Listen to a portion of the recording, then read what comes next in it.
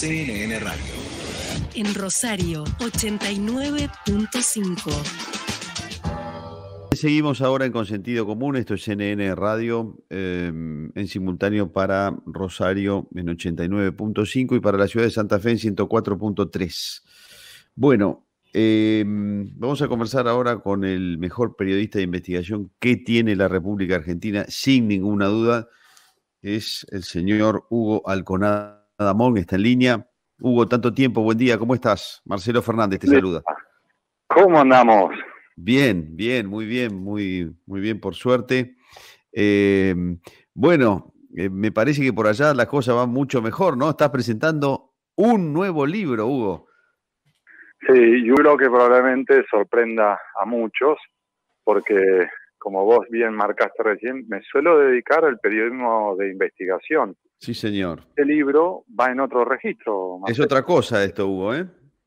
Sí, pero muy interesante y aparte que seguramente va a ser muy orientativo para muchísima gente de acá para adelante, que es lo importante, ¿no? Pero me gustaría que nos cuentes vos las características del libro. Yo las conozco, lo estuve viendo, pero quiero que el autor mismo de este nuevo libro, que se llama Pausa, nos cuente un poco de qué se trata, por favor. Pues siendo periodista profesional como sos, lo vas a comprender al vuelo. Que es en los días previos a que se ordenara la cuarentena aquí en Argentina, cuando ya la pandemia estaba golpeando, me reuní con mis jefes, que es el número 1 y el número 2 de la redacción del Diario de la Nación, y le dije, miren, en estas circunstancias voy a seguir con mis investigaciones, y vos sabés, Marcelo, que he seguido publicando en el diario, sí, señor. Pero más allá de las investigaciones, me gustaría poner el hombro y dar una mano en la cobertura sobre pandemia, cuarentena, coronavirus y demás. Ahora, no tengo la más mínima idea sobre ciencia, salud y demás. Pero lo que puedo aportar, si ustedes me autorizan, es, por ejemplo, una serie de entrevistas a figuras globales que desde muy distintas perspectivas piensen el tortazo que estamos viviendo y lo que podemos llegar a afrontar en el futuro. Me dieron luz verde y a partir de ahí empecé a hacer un listado de figuras globales que me gustaría entrevistar. Obviamente, Marcelo, me traté de sacar las ganas y entonces puse desde Barack Obama al Papa Francisco, de Dalai Lama hasta Paul McCartney, obviamente. Sí, claro. Loco. Reboté. Pero empecé a armar ese listado en total, al principio eran 25 nombres, hoy ya supera los 250, y empezaron a surgir las entrevistas, que en esencia, para no alargarme, son hombres y mujeres que han llegado a la cumbre en sus respectivas especialidades, historia, economía, filosofía, psicología, arte, literatura, y que entonces tenés personas como son, desde Isabel Allende hasta el israelí Yuval Noah Harari, desde el francés Thomas Piketty hasta el coreano Ha Jun Chang, es decir, todos que integran la primera división mundial. Y la idea, básicamente, Marcelo, era decir, ¿cómo la estás viendo y qué ves venir? Y claro, cada uno de ellos con sus distintas perspectivas, porque tenés desde el que está en Harvard hasta quien fue la presidenta de Liberia, uno de los países más pobres del planeta, que tuvo que lidiar con la epidemia del ébola, más una guerra civil y termina ganando el Premio Nobel de la Paz. Entonces, con perspectivas tan distintas, desde África hasta Harvard, y desde una mujer negra en una zona pobre, ultra pobre, hasta el que está en Cambridge. Esas perspectivas que empezaron a tomar forma y empezamos a publicarlas en el Diario de la Nación. Los miércoles y los domingos. Y cierro con esto. Ahora, ¿el libro es la mera repetición de las entrevistas? No. ¿Por qué? Porque vos sos periodista, Marcelo, y vos lo sabés, que de lo que uno recopila como información cruda a lo que termina muchas veces difundiendo, es mucho menos. Sí. Por razones de espacio, por razones de tiempo, porque te quedaste con ganas de publicar más, pero tenés un tema más urgente que te termina quitando espacio y tiempo.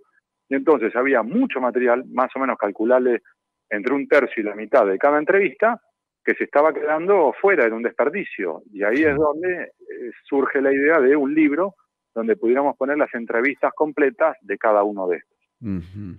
No, es buenísimo, porque en estos tiempos lo que se necesita es interactuar para tratar de buscar, no la certidumbre, eso es imposible, pero un poquito más o un poquito menos de incertidumbre sobre cómo vienen los tiempos. Incluso, Hugo, vos me mencionaste a Harari, que antes de la pandemia estaba con un libro que estaba full, volaba en ventas, que es 20 lecciones para el siglo XX, si no me recuerdo mal el título, este, que bueno, venía con 20 lecciones y el mundo cambió. Vos allí por allí te preguntás si no la vimos venir, si el mundo, ¿no? Si sí se veía venir, pero lo ignoramos.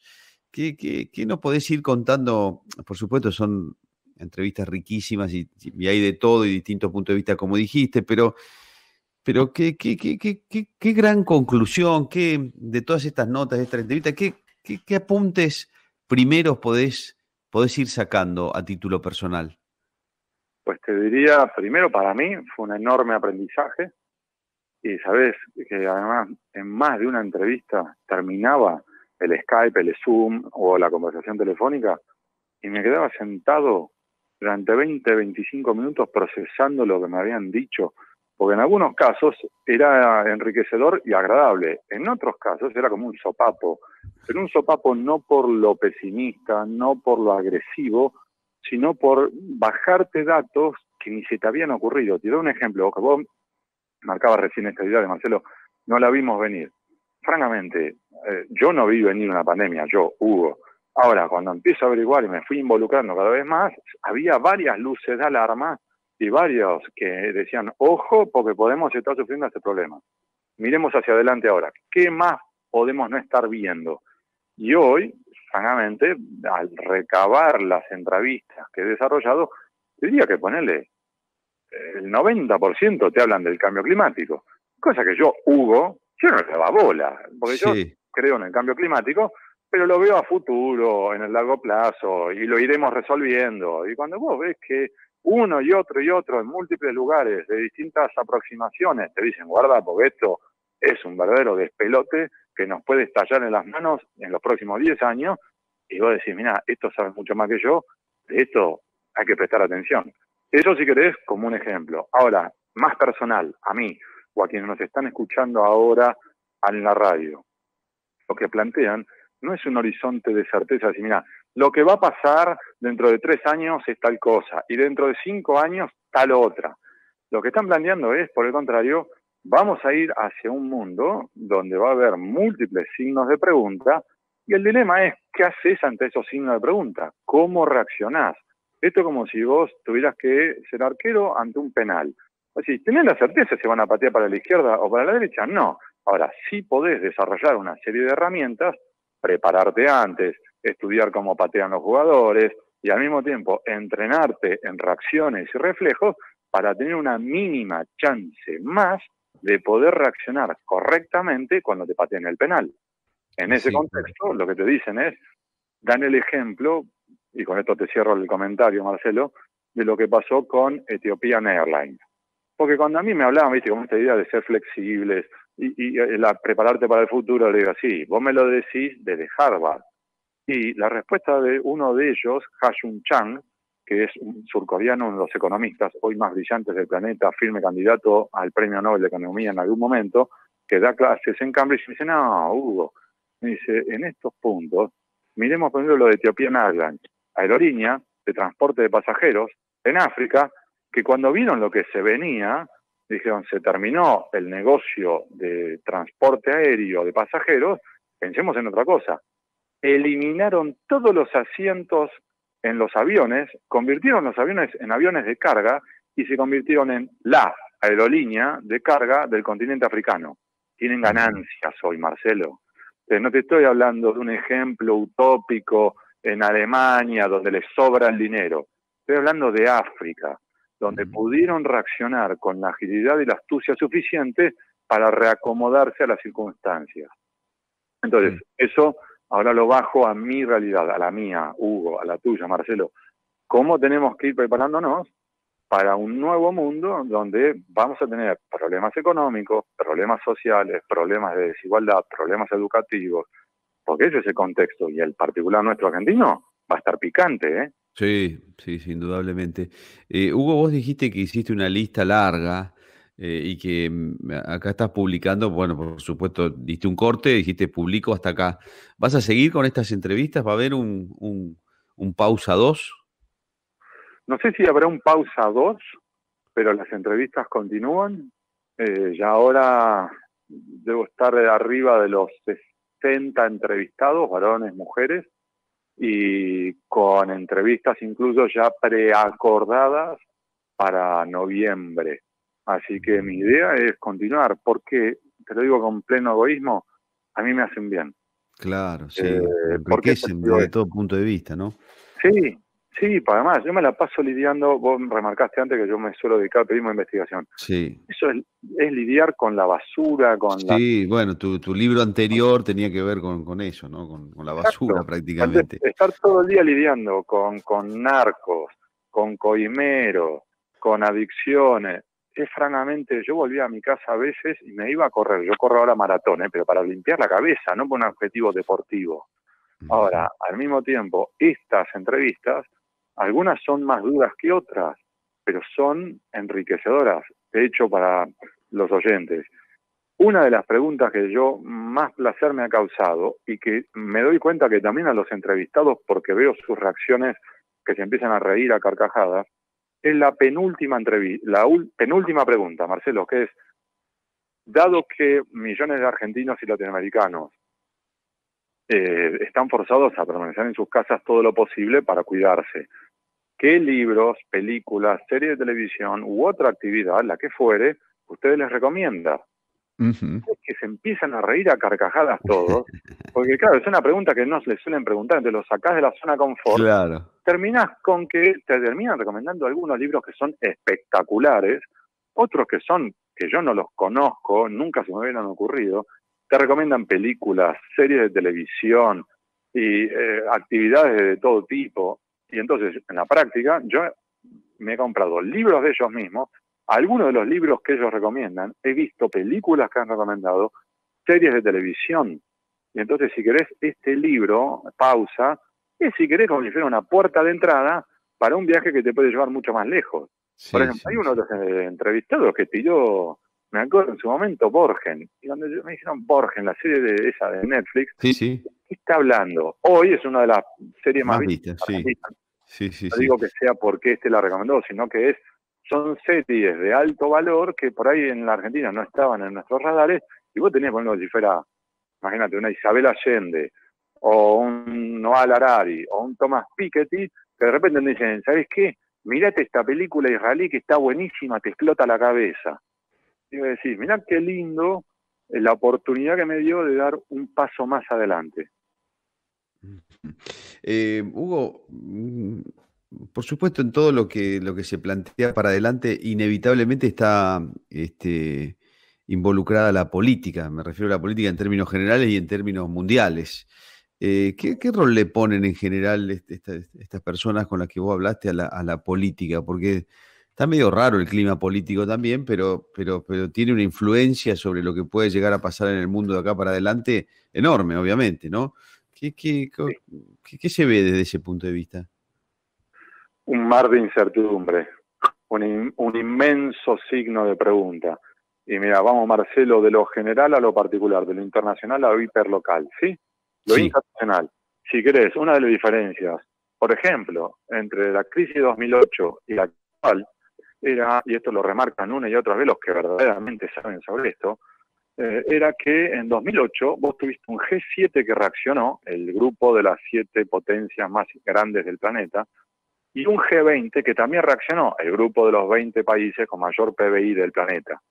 Ahora, ¿por qué reaccionan? En el G7, porque decidieron coordinar algunos puntos, y en el G20, porque el presidente en aquel momento del grupo de los 20 era Gordon Brown, el premier británico. Ahora, vos lo ves ahora y vos tenés en el G7, ¿por qué no pudo avanzar? Ejemplo, porque en la última reunión del G7, Donald Trump, antes de empezar las deliberaciones, quería que el resto de las potencias firmaran un comunicado de prensa acusando a China y denominando al coronavirus como el virus chino. Ponlo todo en pedazos, porque Claro, muchos decían, sí. un momento, porque esto, ¿para qué nos vamos a meter en ese baile y demás? Y no prosperó G7. Vamos al G20. Pasamos del premier británico Gordon Brown a que esté presidido por Arabia Saudita, cuyo jefe de Estado actual está acusado del asesinato, ¿te acordás de aquel periodista Khashoggi? Claro, sí. ¿Cuál?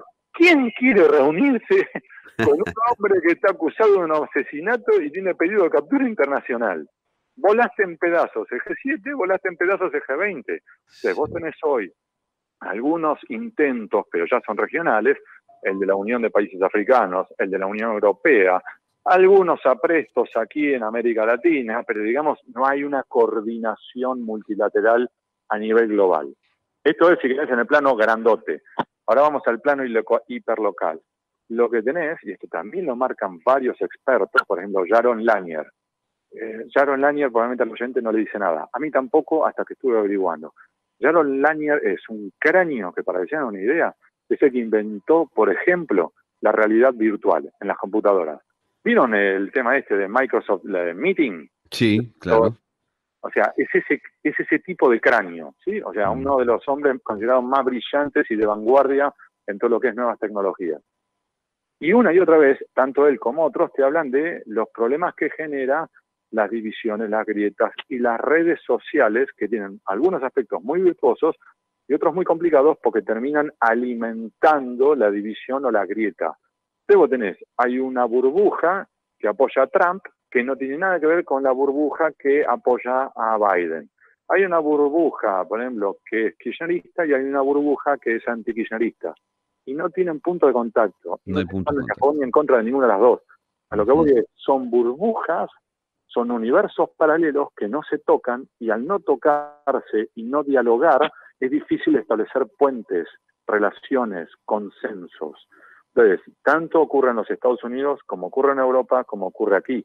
Y el desafío, y acá cierro con esto, Marcelo, el desafío es cómo logramos encarar soluciones y, por ejemplo, en el caso de nuestra sociedad argentina, cuando tenemos que el 60% de los chicos está por debajo del umbral de la pobreza, donde ya ahora, 1 de cada 10 argentinos esta noche pasará hambre, no mañana, hoy, ayer.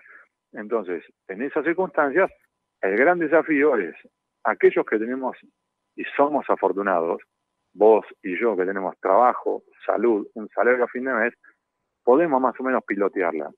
Sabemos idiomas, de algún modo la haremos. El punto no somos nosotros.